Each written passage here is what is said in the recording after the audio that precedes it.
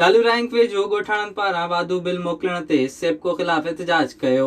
ॻोठाणनि गुलाम खान सोलंकी, निसार सोलंकी ऐं ॿियनि जी अॻवाणी में वारह लाड़काणो रोड ते धरणो हयो वियो, जंहिं सबबि गाॾियूं बिहजी वयूं। इन मौक़े ते अॻवाणनि चयो त सेप्को अमलदार बिना जवाज़ ॻोठ जी बिजली कटे छॾी आहे, जेका सरासर नाइंसाफ़ी आहे। हुननि चयो त हू हर महीने बिजली जा बिल पीआरनि था, पर खेनि ॻोरा बिल मोकिलिया वञनि था।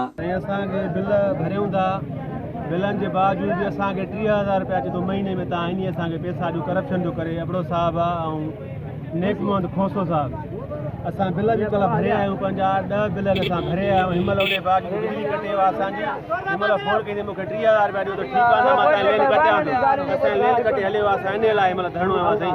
असां ग़रीब माण्हू मिसकिन काॾो आणियूं 30,000 रुपया? हिनमहिल 2,000 रुपया हर बिल ते लिखियो पियो आहे, असां पंहिंजो भरियूं था।